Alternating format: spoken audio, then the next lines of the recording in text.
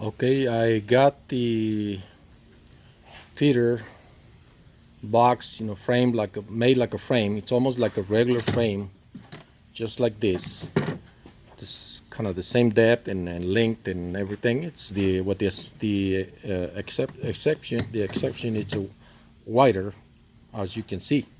So I can fit these PVC pipes in there, and have a little bit of room on the side for my insulation that I'm going to fill these with sawdust, which I have, plenty in here. I have, you know, I cut a lot of wood and shavings and so forth. I'm a cabinet maker. I mill my own moldings and stuff like that. So there is plenty of leftovers to build pretty much anything that had to do with the beehives. I think next I'm gonna try to build a horizontal beehive, and then I'll keep you. I'll see if I can make a video. But anyway, coming back to this, uh, as you can see, it fits in the box. There is some room left in here, which I don't think the bees are gonna need now. I think I have a. I caught this. I cut out this worm out of a camper that I had. It had moved in a couple of years ago, and I cut it out like a month ago or so. And I tried to put as much honey and brood as I could in the 10 frames. So they have quite a little bit of honey in that in the box where they're now, another deep box like this.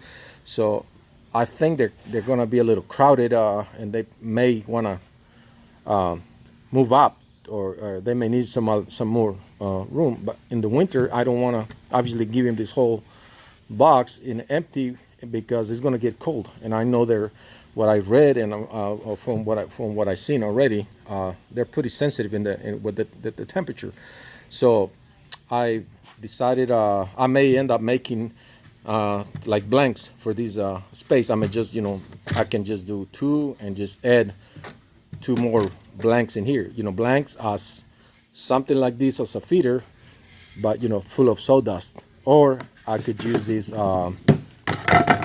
I could use this foam, closed cell foam that you can buy at Home Depot. You can buy it in, I think, but this is like an inch. You can buy it in different thicknesses, and I can put these panels into a wooden box like this, like put two together and make blanks. Like frames. Like just drop them in here, and they'll be solid with wood, and this insulation would be inside. Instead of the sawdust, this might be a little easier. So I can just remove them as the bees grow up in numbers. I can just add more frames and remove the add more frames and remove the blanks as I need it.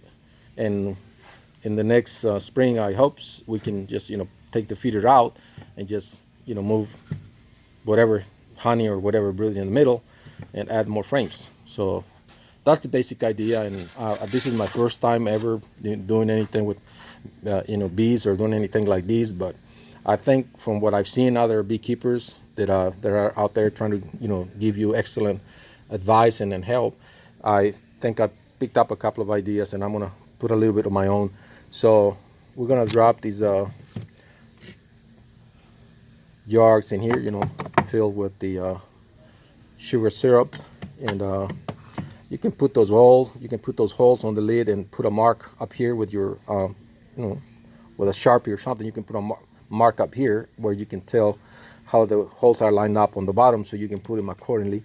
You just you have to do the best you can. So I have my feeders full of sawdust for insulation. I don't want the bees to have to warm up their area and their brood, whatever, and then on top of these all empty spaces.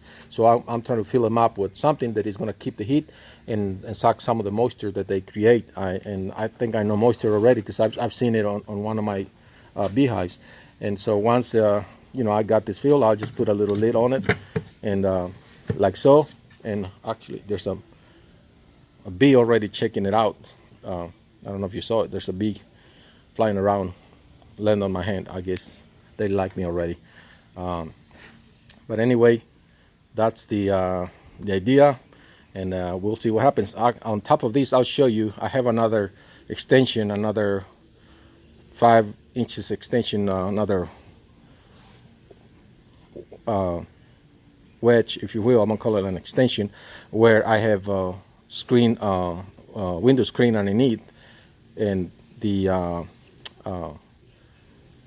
AC filter on top, and I added like 4 inches of sawdust, and that seems. I checked the hives. They had moisture before. They had some moisture before. I checked them the other day, and it's dry as a bone. I believe that I have tackle the issue with the moisture. Now I just have to worry about feeding them and keep them bugs away from them and that kind of thing, which I'm gonna have to try to learn one step at a time, and we'll see what happens.